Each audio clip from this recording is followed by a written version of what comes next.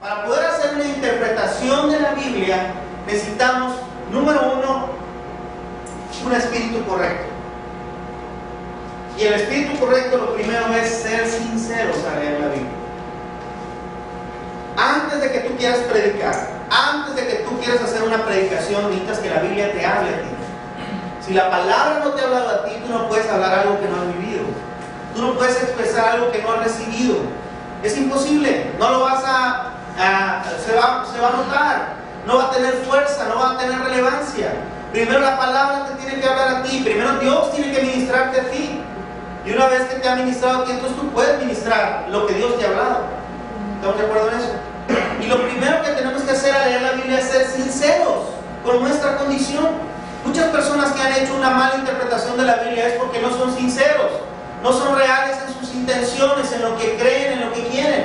Quieren usar la Biblia para sus placeres, quieren usar la Biblia para tener más dinero, quieren usar la Biblia para tener más fama, quieren usar la Biblia para otras cosas.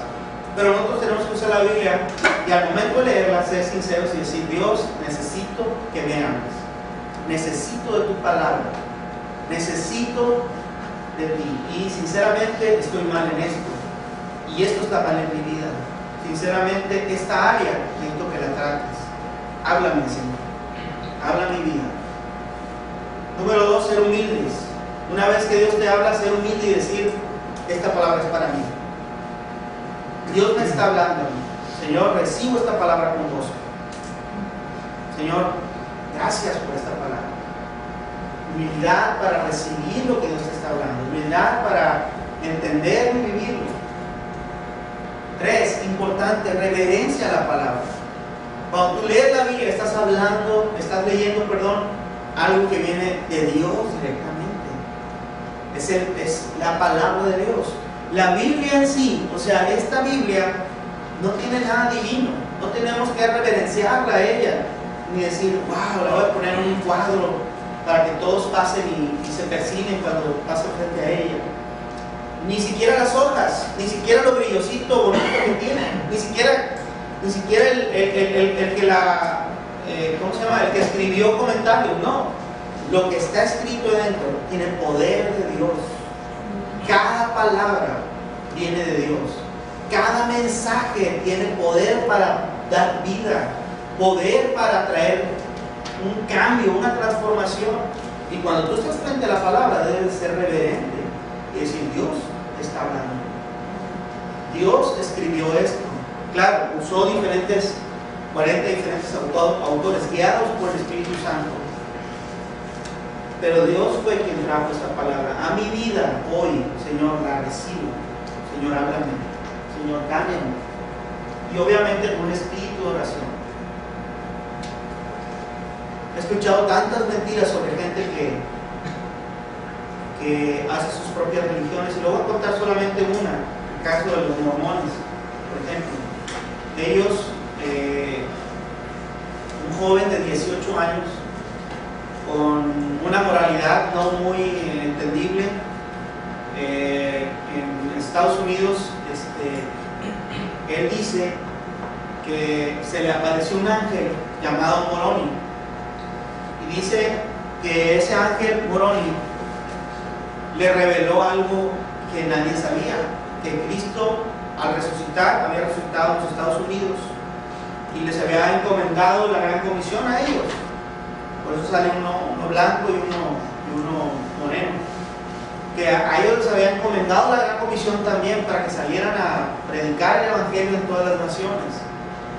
Pero no solo esto, sino que le dijo que había escrito unas tablas, ¿verdad?, de oro, donde estaba la verdad de Dios. Los anales, decían, anales le llaman ellos.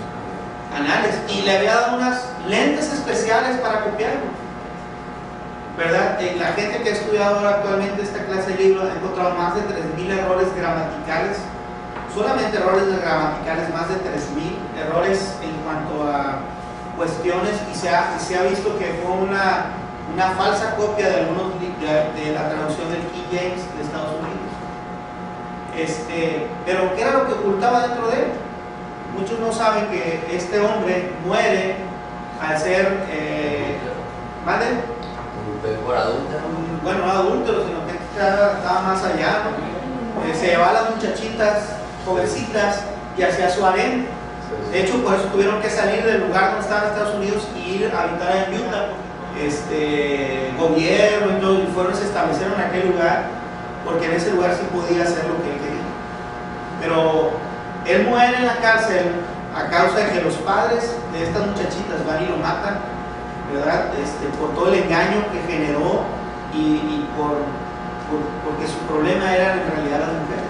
Usó la Biblia para hacer sus propias interpretaciones con propósitos personales, a su conveniencia. Entonces, no hubo un espíritu correcto en su vida. Él no quería cambiar ni cambiar vidas. Él quería tener más jovencitas, tener más grandes su harén, ser alguien respetado por los demás, llegar a ser alguien sin importarle lo que sucediera con los demás. Quería tener poder, quería tener autoridad, quería tener dinero, quería ser alguien grande, y usó la Biblia para este fin. Hermanos, delante de ustedes hay una gran responsabilidad. ¿Para qué van a usar la Biblia ustedes? ¿Para qué la vas a usar? ¿Cuál va a ser tu fin al pararte frente a un grupo? ¿Cuál va a ser el espíritu dentro de ti al pararte frente a un grupo de personas? Sea una célula, o sean muchas personas, o lo que Dios te ponga, o sean unos niños. ¿Cuál va a ser tu objetivo? Definitivamente tiene que ser el de edificar vidas y el de que Cristo sea glorificado. Cualquier cosa que no sea esto, ¿verdad?, va a tener su fin, como le sucedió a este hombre.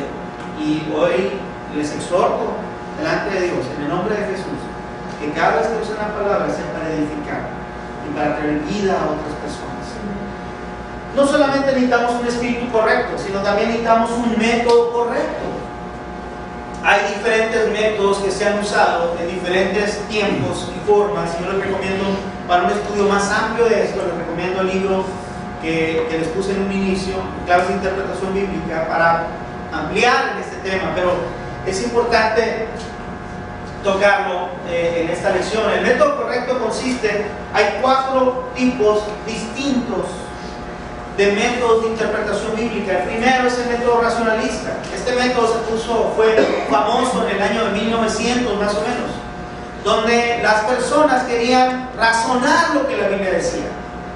Ellos no creen en los milagros, ellos no creen en los dones espirituales, no creen en la resurrección, no creen en el poder, porque dicen ellos, no, lo que pasa es que la Biblia lo que quería enseñar era el que estaba ciego, bueno, es que él estaba ciego a la verdad, y eso que sucedió en la sanidad no es que haya sanado, lo que pasa es que significa algo para nosotros, que es abrir nuestros ojos a la verdad. Ellos trataban de interpretar la Biblia así, y es verdad también, de alguna manera Dios nos habla a través de los milagros, eso, pero la Biblia es real cuando habla de milagros, que alguien sanó, que alguien fue sano de la vista, que alguien fue levantado por el poder de Dios, es real, ¿verdad? El método de interpretación racionalista se hizo muy común en Europa, ¿verdad? Y en ciertos grupos. De hecho, hay grupos que todavía creen esto. No creen en lo sobrenatural de la Biblia, porque todo lo quieren razonar. Es un método incorrecto. El segundo método es un método en sí que no es que tenga cierto grupo, sino que entra de alguna manera en diferentes grupos evangélicos. El alegórico místico es aquellos que no creen de alguna manera tampoco la Biblia, no la interpretan de una manera literal, sino dicen nada es literal en la Biblia, absolutamente nada es literal, todo es una alegoría. No es que haya habido una arca de Noé, dicen ellos, no es que no haya metido animales ahí. Lo que pasa es que la Biblia nos habla de una alegoría de la iglesia y de cómo tenemos que unirnos, salir del mundo y todo eso. Y es real, también podemos hacer una interpretación y podemos entender que esto nos habla de una lección de vida para nosotros. Pero la Biblia es real, sí hubo un arca. ¿O hay alguien que cree que no hubo un arca? Es real lo que dice la Biblia. Pero en el método alegórico místico ellos no creen en que la Biblia hable literalmente en ninguno de los libros de la Biblia. ¿Cuántos libros son? 66. 66. ¿Cuántos son del Antiguo Testamento? 36, 39, de nuevo 27 libros.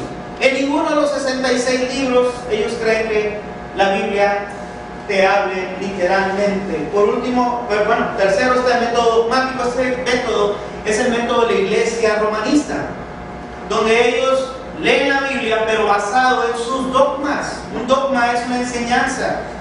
Dogma, eso significa enseñanza.